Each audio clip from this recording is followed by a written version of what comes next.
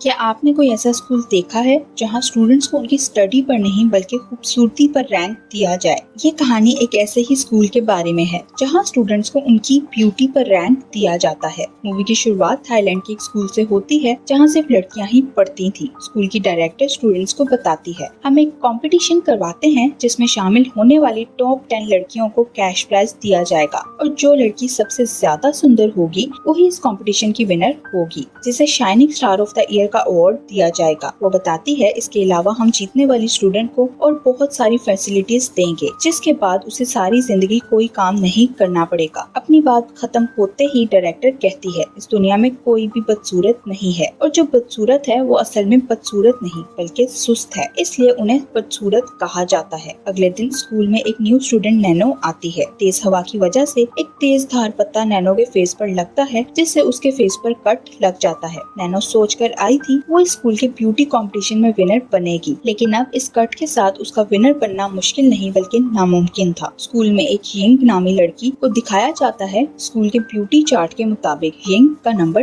10 था। Ying school के corridor से गुजरती है तो स्कूल की बाकी लड़कियां उसकी फोटोज बनाते हुए उसकी ब्यूटी की तारीफ करने लगती हैं। नैनो जब क्लास में आती है तो टीचर यिंग से कहती है, तुम्हें इस नई स्टूडेंट को अपने साथ बिठाना होगा और क्लास में दूसरी लड़कियों से इंट्रोड्यूस करवाना है। यिंग नैनो को स्माइल करते हुए वेलकम करती है और उसे अपने साथ बिठाती है। यिंग उसे करीब से देखती है तो सोचने लगती है, ये लड़की मेरी दोस्त है या दुश्मन, क्योंकि नैनो भी काफी सुंदर थी और इस स्कूल में स्टूडेंट्स के बीच खूबसूरती को लेकर कंपटीशन चलता रहता था, इसीलिए स्कूल की बहुत सारी लड़कियां एक दूसरे से जेलस होती थी। यिंग नैनो के फेस पर कट लगा देखती है तो शांत हो जाती है, क्योंकि नैनो अभी किसी भी तरह उसे ब्यूटी कंपटीशन में नहीं हरा सकती थी। क्लास के बाद यिंग नैनो को स्कूल की बड़ी सी बिल्डिंग के पास ले जाती है जिसे टॉप 10 टावर कहा जाता था। यिंग उसे बताती है, ये टॉप 10 टावर स्कूल की उन लड़कियों के लिए है जो टॉप 10 ब्यूटी लिस्ट में हैं। सिर्फ टॉप 10 खूबसूरत लड़कियां इस बिल्डिंग में आ सकती हैं और इस बिल्डिंग की खास बात ये है कि यहाँ बहुत अच्छा खाना और एक्सपेंसिव मेकअप मिलता है। यहाँ आने वाली टॉप 10 लड़कियों को बहुत ही लग्जरियस लाइफ दी जाती है जो स्कूल की बाकी स्टूडेंट्स को नहीं मिलती। नैनो को यहाँ ये भी पता चलता है कि स्कूल में हर स्टूडेंट का कोई ना कोई रैंक होता है जो हर मिनट और सेकंड के बाद चेंज हो जाता है। यिंग कहती है, ये रैंक तब चेंज होता है जब किसी के फेस पर कोई कट लग जाए या किसी के फेस पर पिंपल बन जाए या किसी के फेस पर किसी भी तरह का कोई भी मसला हो तो उसका रैंक ऊपर नीचे हो जाता है। इसके अलावा स्कूल की ऐसी एक एप्लीकेशन भी है जिसकी मदद से आप स्कूल में अपने रैंक को देख सकते हैं। यिंग उस बिल्डिंग के बारे में नैनो को बताते हुए कहती है, इस बिल्डिंग का एक रूल ये भी है कि यहाँ आने वाली लड़कियों को अपने साथ अंदर एक दोस्त लाने की इजाजत होती है, इसलिए यिंग नैनो को अपने साथ अंदर ले जाती है। अंदर जाकर नैनो बिल्डिंग को देखकर शॉक्ड हो जाती है क्योंकि उसने ऐसी चीजें पहले कभी नहीं देखी थी। नैनो यहाँ लाने पर यिंग को थैंक्स कहती है कि तुमने मुझे यहाँ आने का मौका दिया जिसे मैं सारी जिंदगी नहीं भूलूंगी। ये सुनकर यिंग उसे कहती है, अगर तुम मेरी दोस्त ना होती तो कभी भी इस बिल्डिंग के अंदर ना आ सकती। नैनो यिंग से कहती है, तुम बहुत अच्छी लड़की हो, लेकिन असल में ऐसा नहीं था, क्योंकि यिंग इस टॉप 10 लिस्ट में रहने के लिए किसी भी हद तक जा सकती थी। बातों के बीच नैनो चॉकलेट निकाल कर खाने लगती है तो यिंग का भी खाने का दिल करता है, लेकिन वो चॉकलेट खाने से मना कर देती है क्योंकि उसे डर था कि अगर उसने चॉकलेट खा ली तो उसका वेट बढ़ जाएगा जिससे उसका रैंक कम हो सकता है। नैनो से बार बार कहती है, थोड़ी सी चॉकलेट खाने से कुछ नहीं होगा, तो यिंग से भी नहीं रहा जाता और वो नैनो की चॉकलेट से एक छोटी सी बाइट ले लेती है। उसी वक्त वहाँ एक और लड़की चोम्पू आती है जो यिंग की दोस्त थी। यिंग चोम्पू को अपने साथ हमेशा इस बिल्डिंग में लेके आती थी, लेकिन आज वो नैनो को ले आई थी। रूल के मुताबिक यिंग यहाँ सिर्फ एक दोस्त को ला सकती थी, इसलिए बिल्डिंग की वर्कर्स चोम्पू को जबरदस्ती पकड़कर वहाँ से ले जाती हैं। चोम्पू उन्हें रोकने की कोशिश करती है और यिंग की तरफ देखती है कि शायद वो उसे बचा ले, लेकिन यिंग उसे इग्नोर कर देती है। उस लड़की के बिल्डिंग से जाने के बाद यिंग उसके बारे में बात करते हुए कहती है, मुझे चोम्पू पर बहुत तरस आता है क्योंकि उसका नाक बहुत बड़ा है और उसका माथा भी बहुत बड़ा है। वो हमेशा मुझे तंग करती रहती है। उसकी बातों से नैनो समझ जाती है कि यिंग ऐसी लड़की है जो खुद को सुपीरियर समझती है और बाकी सबको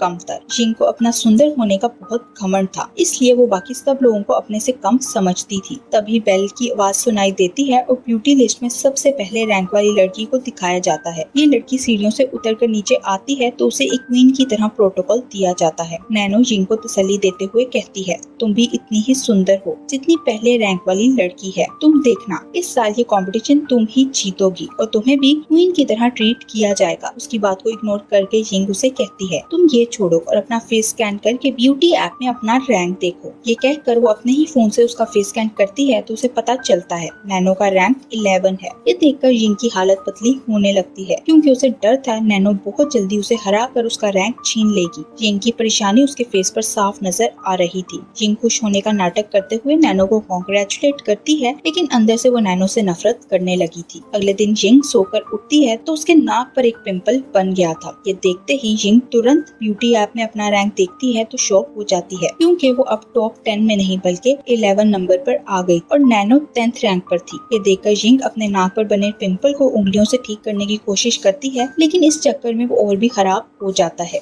जिंग जब स्कूल जाती है तो वही लड़कियां जो उसकी फोटोज बनाती थी और उसकी खूबसूरती की तारीफें करती थी वो सब आज जिंग पर हंस रही थी, जिस पर जिंग का मूड पहले से ही बहुत ज्यादा खराब हो जाता है। जिंग देखती है वो लड़कियां जो पहले उसके साथ घूमती थी आज नैनो के साथ बैठी थी और उसकी तारीफें कर रही थी। जिंग उन लोगों के पास जाती है, लेकिन उसके आते ही सब लड़कियां चुप हो जाती हैं। जिंग देखती है नैनो ने वो कपड़े पहन रखे थे जो सिर्फ उन लड़कियों को दिए जाते थे जो टॉप 10 रैंकिंग में होती हैं। ये देखकर जिंग को जलन तो बहुत होती है पर वो दिखावा करने लगती है। वहाँ बैठी लड़कियों में से एक जिंग से पूछती है, क्या तुमने कोई मीठी चीज खाई थी जिस वजह से तुम्हें पिंपल बन गया? ये सुनकर जिंग को याद आता है कल नैनो ने उसे चॉकलेट खिलाई थी। जिंग सोचती है नैनो ने वो चॉकलेट कहीं मुझे इसलिए तो नहीं खिलाई कि मैं बदसूरत दिखने लगूं या मेरे फेस पर पिंपल बन जाए। ये सब सोचकर वो नैनो के खिलाफ होने लगती है। लंच ब्रेक में जिंग रोज की तरह आज भी लंच करने के लिए उसी बिल्डिंग में जाती है क्योंकि वो भूल गई थी वो टॉप 10 में नहीं है। जैसे ही वो बिल्डिंग के अंदर जाती है वहाँ की वर्कर्स उसे रोक देती हैं। नैनो भी वहीं बैठी थी जो ये सब देखकर वर्कर्स से कहती है जिंग को अंदर आने दो क्योंकि ये मेरी दोस्त है। जिंग को अभी तक नैनो पर गुस्सा था इसलिए वो नैनो के साथ नहीं बैठना चाहती थी। वो नैनो से कहती है आज मैं यहाँ लंच नहीं करना चाहती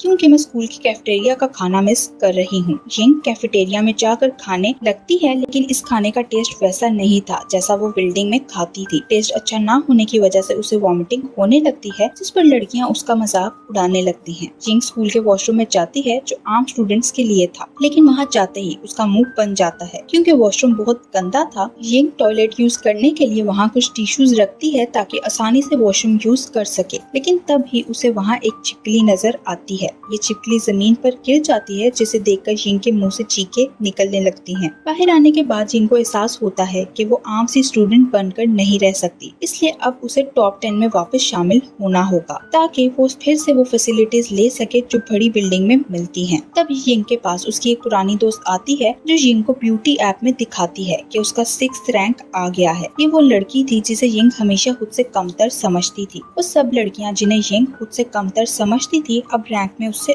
ऊपर थी। ये देखकर जिंग को गुस्सा आता है और वो अपना मुंह छुपा कर वहाँ से भागते हुए सोचती है शायद अब मैं पहले की तरह सुंदर नहीं रही। रात को जिंग एक सपना देखती है कि डायरेक्टर उसे अवार्ड दे रही है क्योंकि वो स्टूडेंट ऑफ द ईयर बन गई थी, पर जैसे ही डायरेक्टर उसके फेस पर बने पिंपल देखती है तो चीखने लगती है। तभी चीखते हुए जिंग की भी आंख खुल जाती है। उठते ही जिंग सबसे पहले ब्यूटी ऐप में अपना रैंक देखती है तो उसे पता चलता है वो 11 से अब 21 नंबर पर पहुंच गई है क्योंकि फेस पर बहुत सारे पिंपल्स बन गए थे। ये देखकर जिंग मेडिसिन लेने के लिए एक मेडिकल स्टोर पर जाती है जहां नैनो भी आ जाती है। नैनो को देखकर जिंग मेडिकल स्टोर से बाहर जाती है क्योंकि वो उसका सामना नहीं करना चाहती थी। बाहर जाकर उसकी टक्कर चोंपू से होती है जिसे देखकर जिंग उससे भी बिना कोई बात किए वहाँ से भाग जाती है। उसके जाने के बाद नैनो बाहर आकर चोंपू के कान में कुछ कहती है। ये देखकर ऐसा लग रहा था जैसे ये सारा इन दोनों का प्लान है और वो दोनों किसी बात पर हंसने लगती हैं। अगले दिन जिंग सोकर उठती है तो देखती है उसके फेस पर से सारे पिंपल्स खत्म हो गए थे और उसका फेस बिल्कुल साफ हो गया था। जिंग देखती है उसे अपना 10th नंबर का रैंक वापस मिल गया था, जिस पर वो बहुत खुश होती है। इसी खुशी में वो स्कूल में सबसे बहुत अच्छे से बात करने लगती है।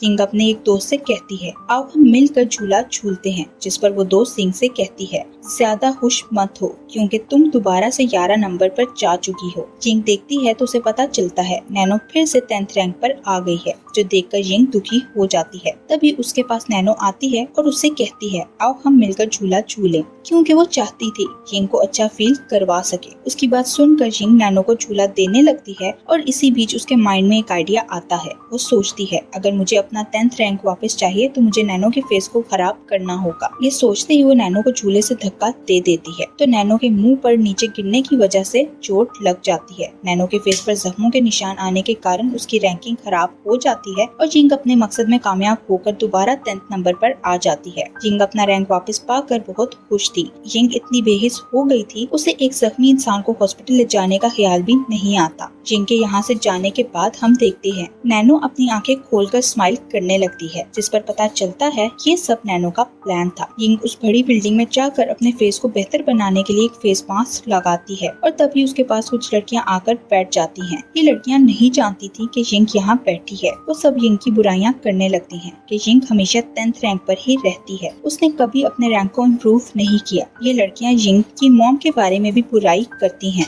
और जिंग पर हंसने लगती हैं। जिंग उनकी बातें सुनकर भी चुप रहती है। उन लड़कियों के जाने के बाद जिंग सोचती है मैं इन सब का मुंह बंद करवा कर रहूंगी जिन्होंने मेरे बारे में ऐसी बातें की। कुछ भी हो जाए मैं शाइनिंग स्टार बनकर रहूंगी। इसलिए अपना बदला लेने की शुरुआत करते हुए वो एक लड़की के पास जाकर उस पर जंगली बिल्ली छोड़ देती है। बिल्ली उस लड़की को पंजे मारती है जिससे उसका फेस खराब हो जाता है और उसकी रैंकिंग नीचे आ जाती है। फिर जिंग तो वो लड़कियों के रूम में जाकर उनके टॉवल्स पर कीड़े लगा देती है। वो दोनों लड़कियां जब अपना फेस धोने के बाद टॉवल इस्तेमाल करती हैं तो उनका फेस भी खराब हो जाता है। इस सब के बाद भी जिंग में बदले की आग कम नहीं होती तो वो बाकी लड़कियों को भी नुकसान पहुंचाने का सोचती है। जिंग एक और लड़की के पास जाती है और उसे बेहोश कर देती है। उसे बेहोश करने के बाद जिंग उसके बाल काट देती है और उसके आईब्रोज के बाल भी खराब कर देती है। इसके बाद जिंग अगली लड़की को रैंकिंग से आउट करने के लिए उसकी ड्रिंक्स में केमिकल मिला देती है। जैसे ही वो लड़की ये ड्रिंक पीती है तो उसके फेस पर बाल आने लगते हैं और उसका फेस बालों से भर जाता है। एक एक करके जिंग ने 8 लड़कियों की रैंकिंग को डाउन कर दिया था। टॉप 1 वाली लड़की के साथ जिंग ने अभी तक कुछ नहीं किया था, लेकिन शाइनिंग स्टार बनने के लिए जिंग उसे भी नहीं छोड़ती और उसकी फेस क्रीम में परमानेंट डाई कलर मिला देती है। वो लड़की सीढ़ियों से नीचे आती है तो उसके फेस ग्रीन हो गया था और उसकी भी पहली रैंकिंग की पोजीशन छिन जाती है। ब्यूटी ऐप को दिखाया जाता है जिसमें रैंकिंग बार बार चेंज होने की वजह से उसका सिस्टम रुक जाता है और ग्लिचेस आने की वजह से ऐप भी काम नहीं करती। अगले दिन जिन स्कूल जाती है तो देखती है स्कूल में कोई नहीं था। जिन उस बिल्डिंग में जाती है जिसकी हालत काफी खराब हो गई थी। जिन को वहाँ नैनो नजर आती है और तभी वहाँ वो लड़की भी आती है जो पहले रैंक पर थी, जिसने अपने फेस पर मेकअप लगा रखा था। वो लोग जान गए थे कि जिंग ही थी जिसने सब लड़कियों को नुकसान पहुंचाया था। पहले रैंक वाली लड़की और जिंग के बीच लड़ाई होने लगती है। इस लड़ाई में जिंग काफी जख्मी हो जाती है क्योंकि वो लड़की जिंग के फेस पर बाइट्स करती है, जिस कारण उसका फेस खराब हो जाता है और रैंक भी नीचे चला जाता है। जिंग उठकर ऑडिटोरियम की तरफ भागती है क्योंकि आज नई शाइनिंग स्टार का इंट्रोडक्शन होने वाला था। जिंग को विश्वास था वो ही शाइनिंग स्टार बनेगी क्योंकि उसने ये अवार्ड जीतने के लिए बहुत लोगों को नुकसान पहुंचाया था। स्टेज स्क्रीन पर एक नई लड़की को दिखाया जाता है जिसे आज से पहले किसी ने नहीं देखा था। ये देखकर जिंग चिल्लाते हुए कहती है हमने आज तक इस लड़की को स्कूल में नहीं देखा, इसलिए इसे विनर नहीं बनाया जा सकता। तभी उन्हें पता चलता है ये लड़की कोई और नहीं बल्कि जिंग की दोस्त चोम्पू थी जिसे शाइनिंग स्टार बनाया गया था। चोम्पू ने खुद को बदल लिया था, उसने अपना वेट कम किया और उसके फेस पर भी बहुत ग्लो आ गया था। चोम्पू को स्टूडेंट ऑफ द ईयर का अवार्ड दिया जाता है और वो स्टेज पर आकर सबको थैंक्स कहती है। स्टेज से नीचे खड़े लोगों में वो टॉप 10 लड़कियां भी थीं जिनके फेस खराब हो गए थे और वो चोम्पू से जेलस हो रही थी, लेकिन सिर्फ नैनो थी जो चोम्पू के लिए वाकई दिल से खुश थी। यहाँ फ्लैशबैक दिखाया जाता है जिसमें नैनो ने मेडिकल स्टोर के बाहर चोम्पू के कान में कहा था मेरा प्लान इन सब लड़कियों को टॉप 10 की लिस्ट से आउट करना है। जिंग ने अभी तक अपनी जेलसी में जो कुछ किया था इस सब के पीछे कहीं न कहीं नैनो का भी हाथ था क्योंकि उसने ही जिंग को ये सब करने पर मजबूर किया था। नैनो ने ये सब इसलिए किया क्योंकि हर कोई चोम्पू को इग्नोर करता था, जिस कारण वो बहुत उदास रहने लगी थी। नैनो चाहती थी चोम्पू को भी वही इम्पोर्टेंस मिल सके जो बाकी लड़कियों को मिलती है, इसलिए उसने ये मास्टर प्लान तैयार किया था जिसमें वो कामयाब भी हो गई थी। और इसी के साथ ये मूवी यहीं एंड हो जाती है। Thank you for watching.